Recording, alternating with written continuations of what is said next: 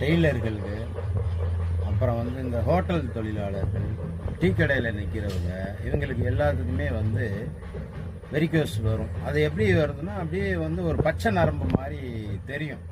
அது நாங்கள் வந்து கையை பிடிச்சாலே கண்டுபிடிச்சிருவோம். இங்கே தெரியும், இந்த கைக்கிட்டே அந்த இதை வந்து பார்த்துட்டு, இது சரி, இது வெரிகோஸ் இருக்குது. அவங்களுக்கு வலியும் அதிக அளவில் இருக்கும்.